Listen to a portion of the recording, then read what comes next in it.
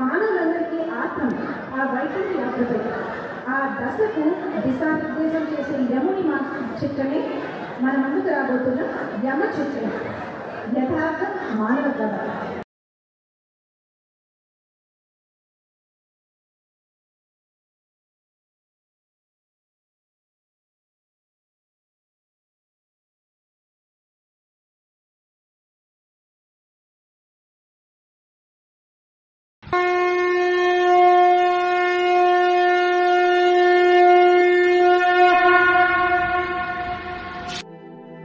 సభా సరస్వతికి నమస్సులు.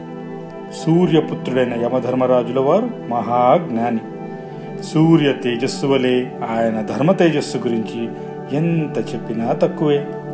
యమధర్మరాజుల వారి అనుయాయి అయిన చిత్రగుప్తుల వారి స్వామి భక్తి, కార్యదక్షత మనందరికీ ఆదర్శప్రాయం. చిత్రగుప్తుల వారు లెక్కల్లో దిట్ట. అంటే మానవ జనన మరణ కర్మ పర్యావసనాల చిట్టా మొత్తం ఆయన భద్రపరుస్తారని. ధనత్రయోదశి నాడు మనం భక్తితో వెలిగించే యమదీపం సుఖ సంతోషాలతో పాటు ఆయన ఆశీర్వాద బలం కోసం చేసే ప్రార్థన. నేటి కార్యక్రమ ముఖ్య ఉద్దేశం యమధర్మరాజు గారి ధర్మ జ్ఞాన ప్రదర్శన. ఈ తరానికి అర్థమయ్యే భాషలో చెప్పే చిరు ప్రయత్నం మా ఈ యమచిత్రం.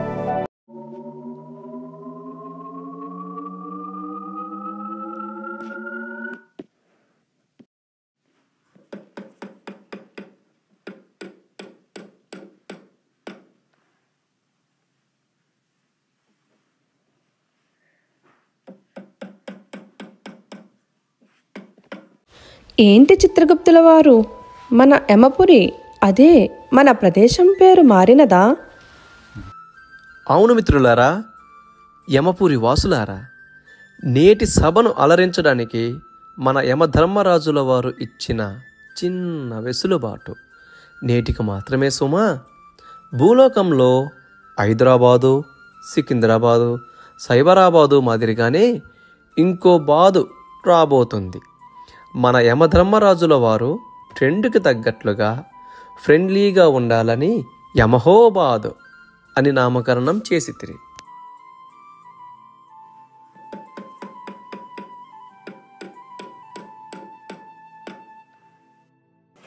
చకచకా కదలండి, యమధర్మరాజుల వారు వచ్చే సమయం ఆసన్నమైంది.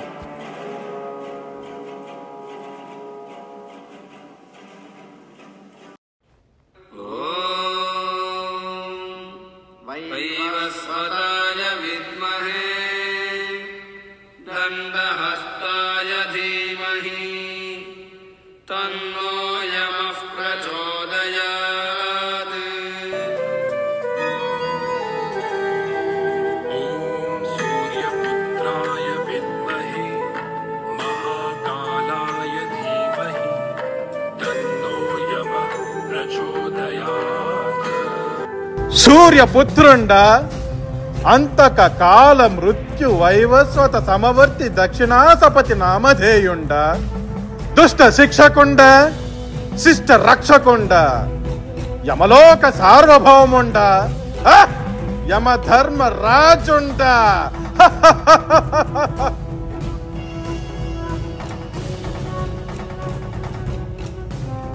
ప్రణామం ప్రభు. ఆహా, ఏమి తేజస్సు! ఏం చిత్రగుప్త, అంత క్షుణ్ణంగా పరిశీలిస్తున్నారు? సమస్య జటిలమా? ఆ పుస్తకం మనదిలాగా లేదే. అవును ప్రభు, నరులెవరో ఈ పుస్తకాన్ని జార విడిచినట్టు ఉన్నారు. ఇది చదువుటకు సులువుగా ఉన్నా అర్థం అవటం జటిలమే. దీనిని మానవులు వారి భాషలో దినచర్య లేదా డైరీ అందురు. చిత్రగుప్త, కాస్త వివరించండి. అన్నీ రాసినట్టే భావిస్తూ మలుపులు కూడా బాగానే ఉన్నాయి ప్రభు. అనగా ఆ మలుపులలోని ఆంతర్యం సమస్య వస్తే అటునూ పోవచ్చు, ఇటునూ పోవచ్చు. మొత్తానికి వీరి పోకడ ఎటునైనా పోవచ్చు.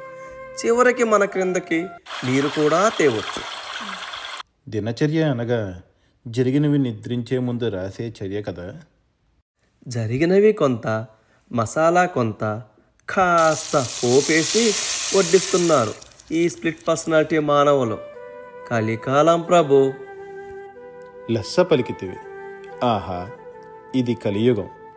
రామ రావణుల ఇరువురి లక్షణాలు ఒక్కరిలోనే ఉన్నా ఆశ్చర్యం లేనట్టుగా ఉందే. నేటి విచారణ మొదలు పెట్టండి. భటులారా, ఆ మొదటి పాపిని ప్రవేశపెట్టండి.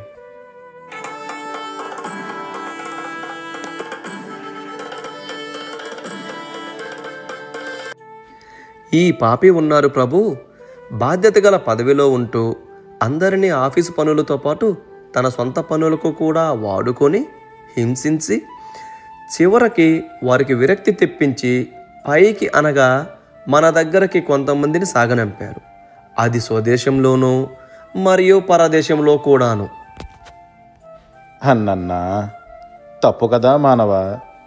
సగటు మనిషిని భాష, వేషం తేడా లేకుండా మనతో సమానంగా చూస్తామని కదా మన సంస్కృతికి ప్రత్యేకమైన గుర్తింపు. అయ్యా, మీరు అనుకున్నంత అమాయకులు కారు వేరు.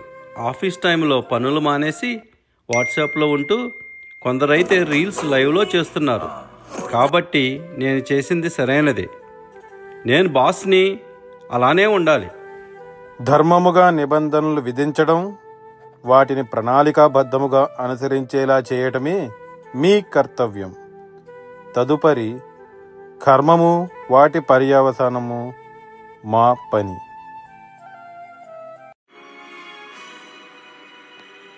భేషజాలు ఎందుకురా బహుదూరపు బాటసారి? అలవచ్చిన ఎడల తలవంచుట తప్పేమీ కాదుగా. కాస్త నీ పని కూడా చేసుకుంటూ నలుగురికి ఉపయోగపడుతూ ఉండాలి. తీసుకొని పండు. మనుషుల విలువలు నేర్పే తగు కార్యాలు కఠినంగా నేర్పండి. తదుపరి మేము విచారించి శిక్షలు విధిస్తాము. తదుపరి శిక్షార్హులను ప్రవేశపెట్టండి. చిత్తం ప్రభు. భటులారా, ఆ రెండవ పాపిని ప్రవేశపెట్టము.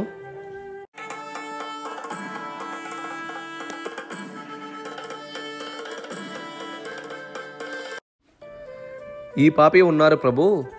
లావుగా ఉన్నవారిని సన్నగా చేసే మాయదారి మందు, వైద్యము పంపిణీ, అమృత గంధ, ఆరోగ్య పంత అని నామకరణం కూడా చేశాడు ప్రభు.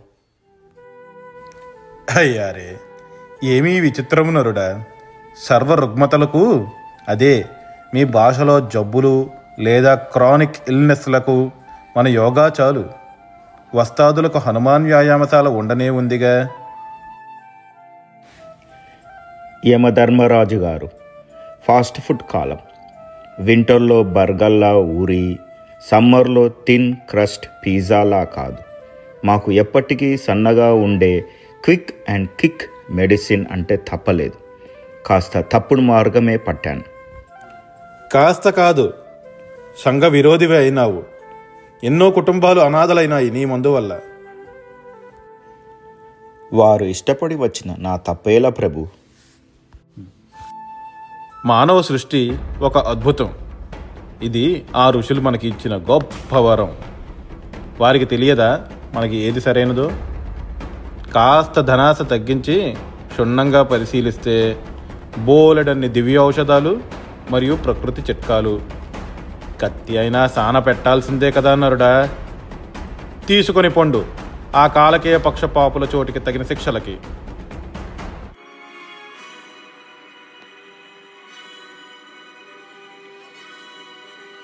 చిత్రగుప్త, ఈ మానవుల కోరికలు, వారి వ్యవహార శైలి కాస్త విచిత్రమే సుమా.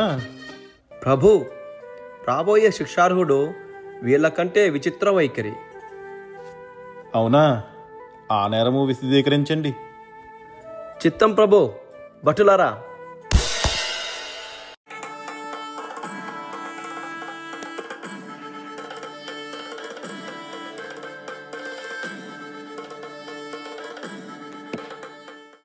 చిత్రగుప్త, ఎవరి నరజుంకారుడు? బాగా ఊగుతూ తిరుగుతూ అన్నీ ఒక పెట్టెలో బంధిస్తున్నట్టుగా ఉన్నాడు. ఇతగాడే ప్రభు నేను చెప్పిన మూడో పాపి. మంత్రమో తంత్రమో కాదు, యంత్రమే సర్వస్వం అని సర్వశిక్షకులు దీనితోనే మంచి చెడు ఏం కావాలన్నా ఒక గురువు కన్నా ఎక్కువగా భావించి వైపరీత్యంగా వాడుతున్నారు ప్రభు.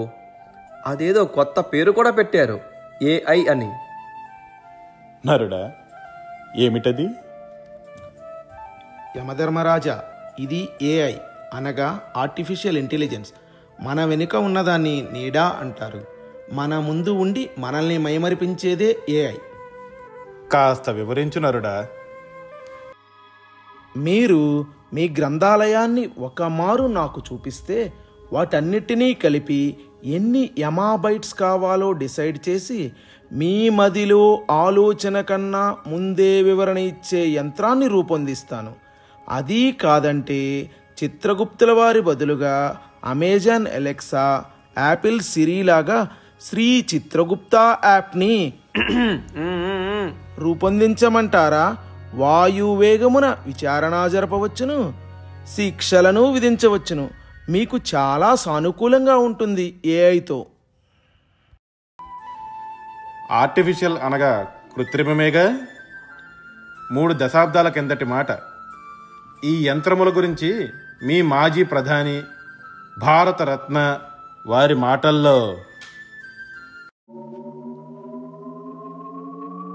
ఇప్పుడేముంది, కంప్యూటర్లు వచ్చిన తర్వాత పెద్ద మీ జ్ఞాపక శక్తికి అంత ప్రాముఖ్యం లేదు. మీరు ఎంత పెద్ద లెక్క అయినా వేసి అందులో ఒక బటన్ నొక్కేస్తే జవాబు వచ్చేస్తుంది. నువ్వు 4 గంటలు ఎందుకు కూర్చోవాలని అడిగితే మన దగ్గర జవాబు లేదు. కానీ దాని జవాబు ఒకటి ఏంటంటే, కంప్యూటర్కు ప్రాణం లేదు. Computer no sense. ఆ సెన్స్ మన దగ్గర ఉంది. ఈ సెన్స్ తోటి కంప్యూటర్లో మనం ఏదైతే వేస్తామో దానికి మాత్రమే జవాబు వస్తుంది, కానీ ఈ సెన్స్ రమ్మంటే రాదు అందులో. కాబట్టి మీరు ఎంత విజ్ఞానంలో ముందుకు వెళ్ళిపోయినా మనిషిని మీరు రీప్లేస్ చేయలేరు. మనిషిని రీప్లేస్ చేయలేరు కనుక ఎన్ని యంత్రాలు మనం తయారు చేసినా, ఎంత టెక్నాలజీ మనం తీసుకొచ్చేవాళ్ళం మనం, తయారు చేసేవాళ్ళం మనం, దానికి జనకులం మనం అనే విషయాన్ని మరచిపోకూడదు. We are not the result of technology, we are the doers of technology, we are the masters of technology. ప్రతి టెక్నాలజీ కూడా అంతే. It's a very good servant but a very bad master. దాని చేతిలో మనం ఉన్నామో, దానికి మనం వశమైపోతే మాత్రం ప్రపంచం నిలవదు. జనులారా, మీ సైన్స్కి ఇంకా ఎన్ని శతాబ్దాలు పడతాయో మన ఋషులు ఇచ్చిన విజ్ఞానాన్ని అందుకోవడానికి మరియు అర్థం చేసుకోవడానికి.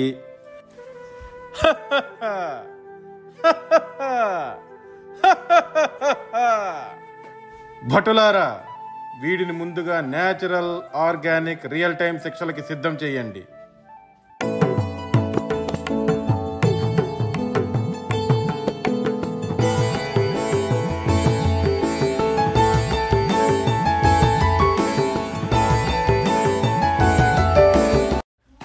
ఆబాలగోపాలాన్ని అలరించామని ఆశిస్తూ సర్వే జన సుఖినో భవంతు. స్వస్తి.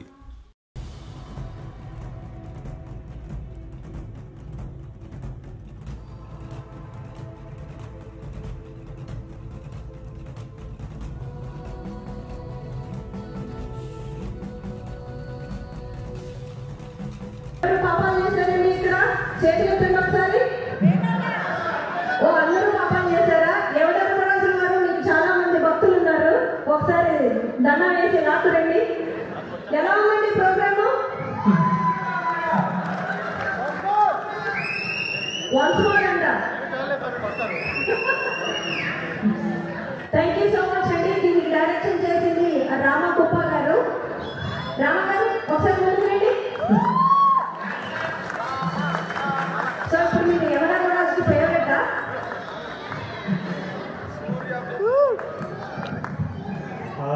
యాక్చువల్గా అందరికీ ధన్యవాదాలు.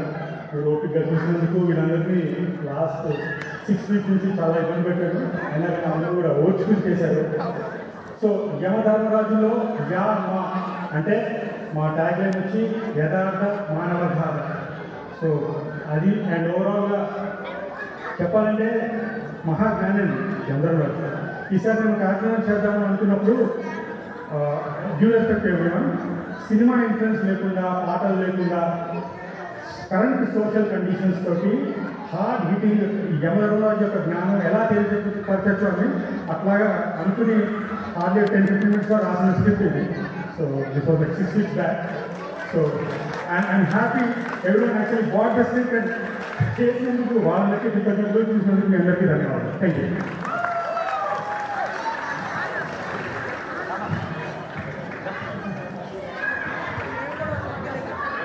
సో ఇప్పుడు రామగోప గారు మీరు యమపూర్లో ఎటు వెళ్తున్నారు? స్వర్గానికే కదా, ధర్మ జ్ఞానం వైపు. Okay, thank you so much అండి. Thank you for all the participation.